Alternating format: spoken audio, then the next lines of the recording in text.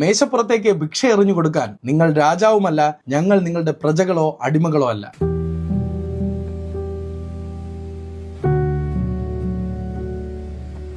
ഹൃദയം തുളയ്ക്കുന്ന ഒരു വേദനയോടുകൂടെ മാത്രമാണ് ഇന്നലെ ഈ വീഡിയോ കണ്ടു തീർത്തത്. ഇതിലിപ്പോ എന്താ കുഴപ്പം, പിള്ളേർക്ക് അത് വാരിയെടുത്ത് കഴിച്ചൂടെ എന്ന് പറയുന്നവരാണ് നിങ്ങളെങ്കിൽ ഒരു നിമിഷം ആ കുട്ടികളുടെ സ്ഥാനത്ത് നിങ്ങളാണെന്ന് ചിന്തിച്ചു നോക്കുക. അല്ലെങ്കിൽ നിങ്ങളുടെ കുട്ടികളാണെന്ന് ചിന്തിക്കുക.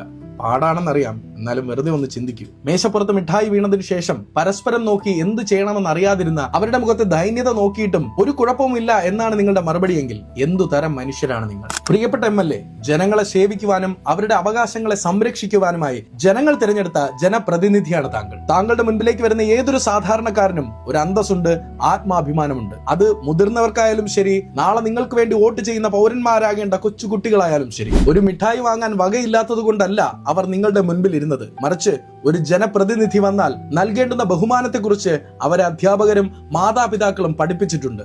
അതുകൊണ്ട് തന്നെയാണ് അവർ നിങ്ങളുടെ മുൻപിൽ ബഹുമാനത്തോടെ ഇരുന്നത്. എന്നാൽ നൽകിയ ബഹുമാനം തിരിച്ചു കൊടുക്കാൻ നിങ്ങൾ മറന്നുപോയി, അല്ലെങ്കിൽ അതിനുള്ള അറിവ് നിങ്ങൾക്കില്ലാതെ പോയി. അധികാരം തലയ്ക്ക് പിടിക്കുമ്പോൾ മനുഷ്യത്വവും സംസ്കാരവും മറന്നുപോകുന്ന രാഷ്ട്രീയ ശൈലിയുടെ ഒടുവിലത്തെ ഉദാഹരണമാണ് ഇന്നലെ നമ്മൾ കണ്ടത്. താങ്കൾക്ക് മനസ്സിലാകുന്ന വിധം ഒരു കഥ ഓർമ്മിപ്പിച്ചുകൊള്ളട്ടെ. ദ്വാരകയിലെ രാജാവായ ശ്രീകൃഷ്ണന്റെയും അവന്റെ കൂട്ടുകാരൻ കുചേലന്റെയും കഥ.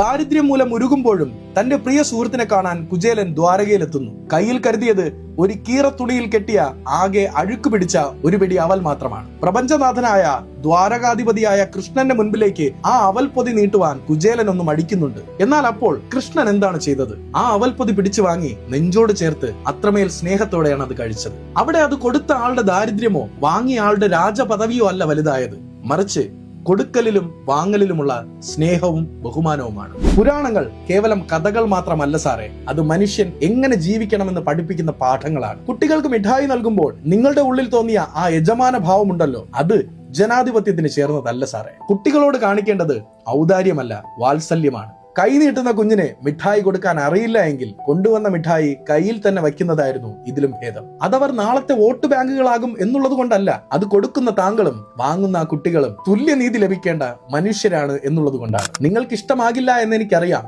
എങ്കിലും വേടന്റെ ഈ വരികളല്ലാതെ എന്തു പറഞ്ഞ് ഞാൻ ഈ വീഡിയോ അവസാനിപ്പിക്കും? ഞാൻ പാണനല്ല, പുലയനല്ല, പറയനല്ല, നീ തമ്പുരാനുമല്ല, ആണേലൊരു മയിരുമില്ല.